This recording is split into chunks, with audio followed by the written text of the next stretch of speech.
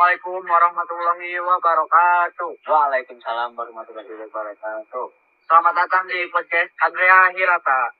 Sebelumnya izin memperkenalkan diri saya sebagai host. Nama saya Firgi Muhammad Ramdhani. Nah, kita kedatangan tamu, boleh memperkenalkan diri terlebih dahulu. Ya, nama saya itu Diki Nusaha. Oke, lanjut. Oke, langsung saja ke topiknya. Di sini kita akan membahas teknologi AI yang berjudul Transportasi Canggih Manusia Tersingkir. Teknologi AI kecerdasan buatan sangat mempengaruhi dalam kehidupan sehari-hari. Contohnya dalam bidang transportasi. Yang pertama yaitu berpengaruh terhadap mobil yang bisa berjalan tanpa supir, seperti mobil Tesla. Yang kedua seperti kereta cepat. Yang ketiga yaitu seperti drone yang sebagai pengantar makanan.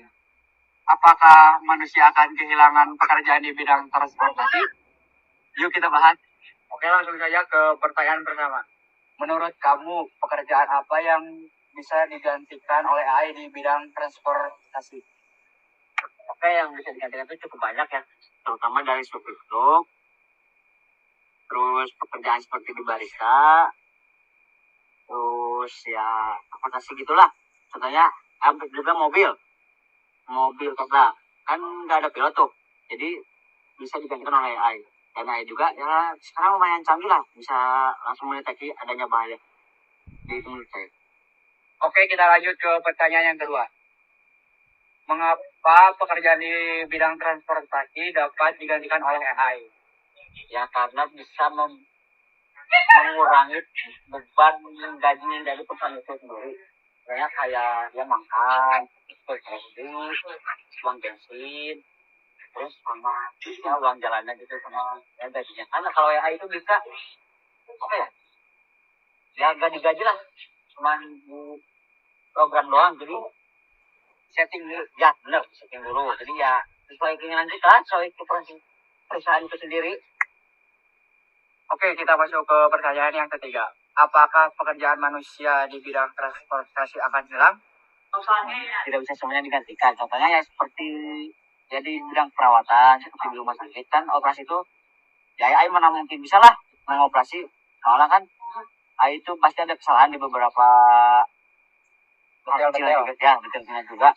Tidak semuanya AI ini bisa menghandle pekerjaan kita.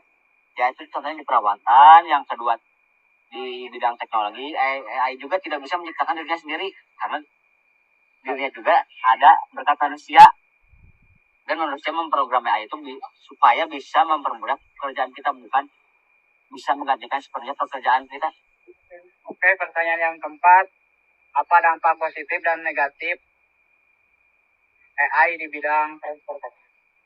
Menghemat bahan bakar, terus sama juga ya mungkin di kita ya apa sih AI itu belum sepenuhnya bisa berkendara seperti pakai mobil di Indonesia. Soalnya kan di Indonesia itu juga cukup sulit lah keadaannya, tidak seperti di luar negeri. Kalau dampak negatifnya yaitu ya mungkin pekerjaan seperti contohnya buat manusia, contohnya berkurang.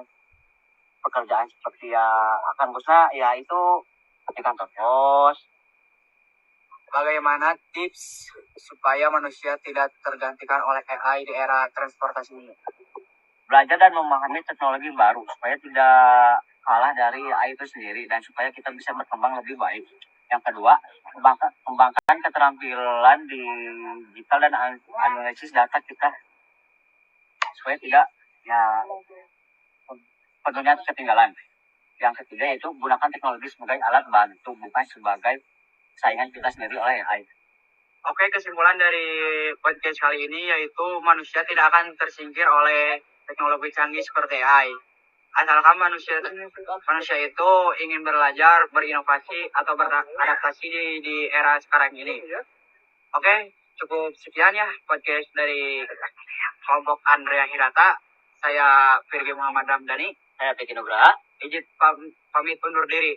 Assalamualaikum warahmatullahi wabarakatuh.